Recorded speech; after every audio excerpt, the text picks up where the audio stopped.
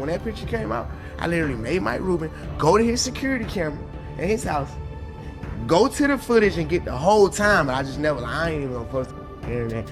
I'm just like, you feel me? Like, yeah, I ain't even trying to make it into this and make it into that. Like, man, just keep on going, because that's kind of like how I be doing. But some like all that type of that really bothers me. Ever since that wild Michael Rubin party, 50 Cent has declared, "That ain't my boy no more. They got him." He was referring to none other than Lil Baby. This all kicked off after a viral clip showed Baby rocking a tank top, a bright pink belt, and flashing fresh thigh tattoos while having zero ink on his upper body. People online immediately roasted him, calling the move bizarre. But here's where things take a darker turn. 50 Cent is convinced this isn't just about questionable style choices. According to him, Baby's entire vibe shifted after that lavish Hamptons white party, where cameras caught Rubin sneaking up and hugging him from behind as if they were lifelong friends. To 50, this could signal a full-on humiliation ritual, something certain rappers allegedly endure to maintain untouchable careers and preserve industry dominance.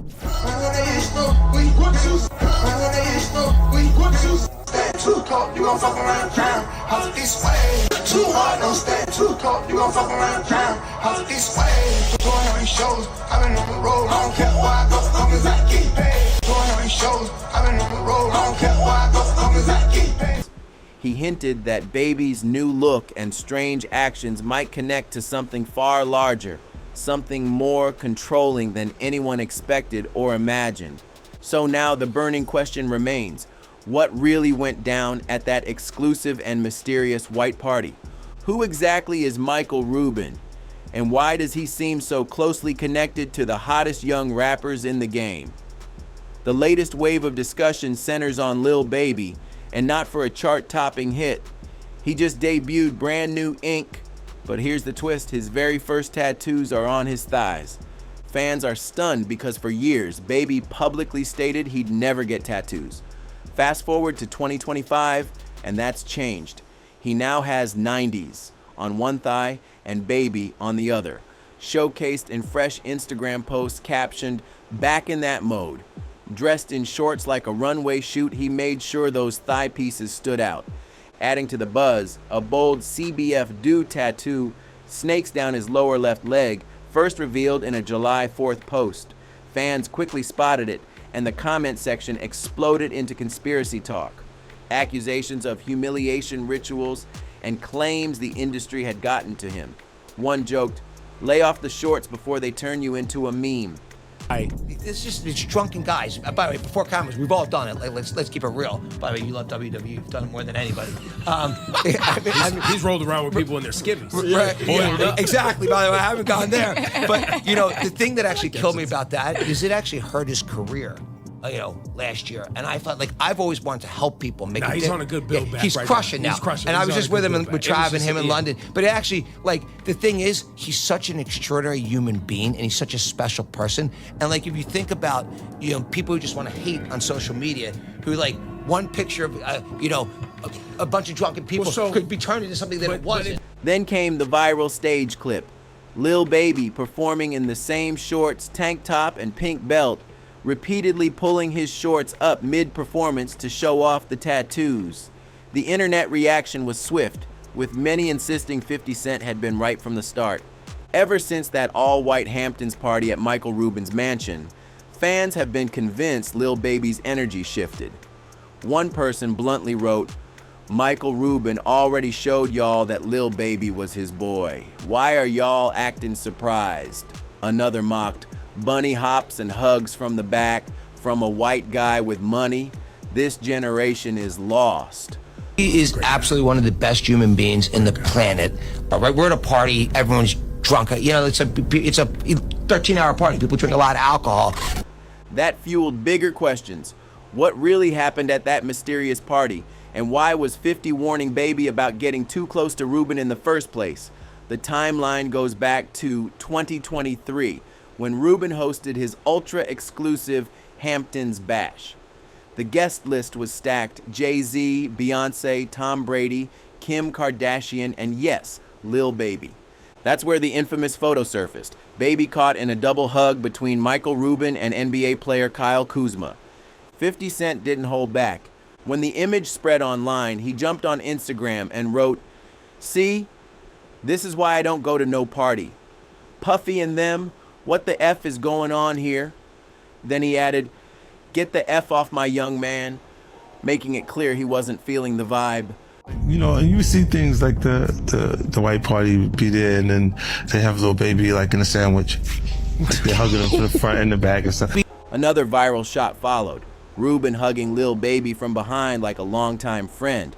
Soon after, Baby posted a video on a private jet with Rubin, laughing and cracking jokes about the photos that had the internet buzzing.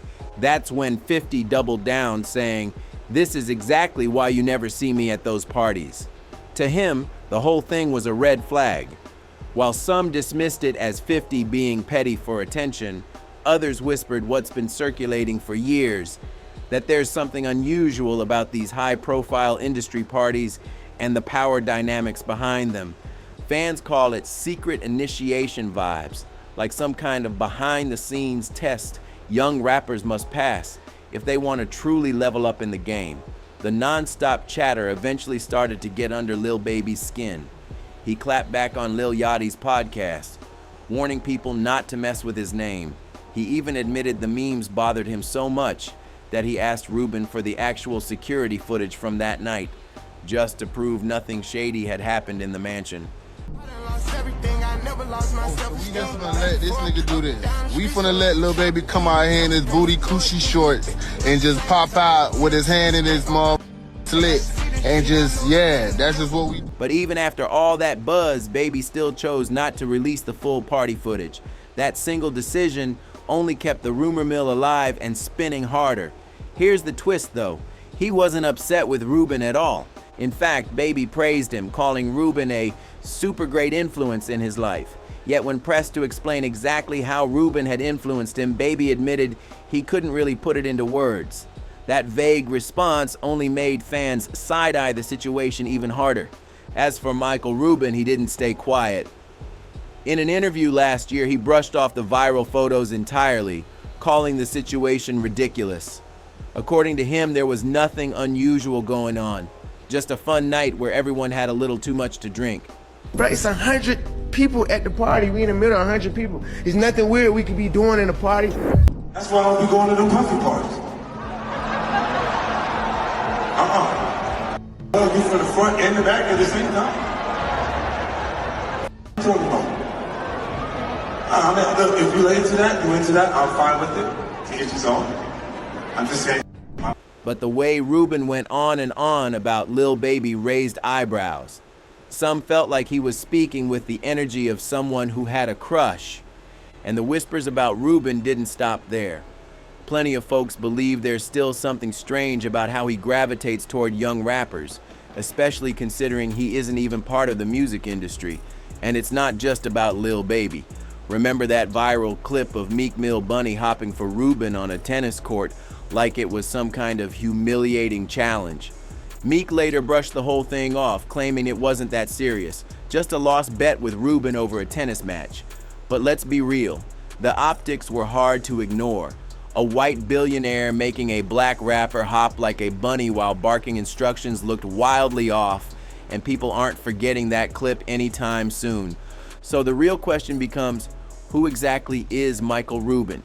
And why does he seem so fixated on hanging around some of the hottest young rappers? His Wikipedia page paints the picture of a self-made success story. She said we had 5 girls. She be like, up, all y'all get in the shower. Mike. Man, Mike. I'm gonna come hug you right now. I'm coming to hug you. Big hug. Get everyone to love each other. Now this the motherfucker did it though. See, this the motherfucker did it, man. Born in 1972 in Philadelphia, Rubin grew up in a Jewish family in Lafayette Hill. By just 14, he had opened his own ski shop using his bar mitzvah cash and his father's lease to get started. He briefly attended Villanova University but dropped out after only 1 semester. Why? Because he scored a massive $200,000 overstock gear deal funded by a friend and flipped it into serious profit. With that money, he expanded, sold his ski shops, and launched KPR Sports, which by 1995 was pulling in $50 million in sales. From there, he went on to found the company that eventually became GSI Commerce, which later turned into a multi-billion-dollar e-commerce powerhouse. Today, Rubin sits at the top as the CEO of Fanatics Inc., the sportswear and merchandise giant licensed by the NBA, NFL, MLB, NASCAR, Formula One, and even WWE. He's trying to separate himself from the industry, like he doesn't have to party with them. You guys have to understand, they had a party with men walking around with their butt cheeks out, like Keke Palmer. According to Forbes, by mid-2025, his personal net worth was a staggering $10.6 billion on paper. He's seen as a sharp businessman who climbed from middle-class roots to billionaire status. But here's the twist. For someone who isn't part of the music industry, his constant presence around rap's biggest names has raised eyebrows. Many argue Rubin's true power doesn't come from what he's built, but from who he knows. And that alone is where things start to look real suspicious. And that's strange because if you've ever listened to him speak, this man shows almost zero charisma. People even point out his eyes, saying they look downright soulless, which only fuels the unsettling vibe. Something about Rubin feels off, creepy even, and the mystery only deepens when you realize just how many rappers, athletes, and A-listers seem eager, almost desperate, to remain in his inner circle. Now here's where it gets even more intriguing. Rubin's famous all-white party wasn't even an original concept. That idea was made legendary by Sean back in the late 90s. Sean's Hamptons White Parties were the hottest tickets in entertainment, drawing the biggest names in music, film, and sports. Fast forward to today, and many of those same faces have simply migrated to Rubin's annual guest list. Take Leonardo DiCaprio, for example. Photos show him partying at Sean's white party back in 1997, and then years later, he's smiling at Rubin's version of the event. Same story with Jay-Z. There's a shot of him alongside the late Uptown Records founder, Andre Harrell, at Sean's 2003 bash. And then in 2024, he's back again, this time with Beyonce at Rubin's Hamptons mansion. It sparked serious conversations online. The theory goes that Rubin didn't just borrow inspiration from Sean, he completely took over the entire scene. And if the whispers are true, these all-white parties aren't just about champagne toasts and designer outfits. They could be the perfect setup for something far more calculated. Think about it. A mansion packed with billionaires, megastars, and cultural influencers, all drinking and letting their guard down. Cameras are everywhere, but not the kind you'd expect to see on Instagram stories or press coverage. The theory making waves online is that these gatherings serve another hidden purpose entirely. My staff that's been talking about your parties for the last couple of days, that's dying to get to your parties. Well, you know what? I've actually figured out, like, if this Fanatics thing doesn't work out, I think I could be a good party promoter. Oh, man, you kidding me? Yeah, like, I think I already got the white suit in the closet, so just let us know what, what's happening. Yeah. So, you know what it really comes from? I love bringing people from different backgrounds together, and that's something I enjoy doing. Whether it's this lunch we just talked about, whether it's my Super Bowl party, whether it's the white party, for me, it's a great time to... These gatherings, according to online speculation, might serve as a form of insurance, capturing compromising moments that can later be used to keep high-profile guests in check. Some claim this is exactly how certain power players in Hollywood and the music industry have managed to maintain their grip on influence for decades. And here's where things get even more unsettling. The guest lists aren't random.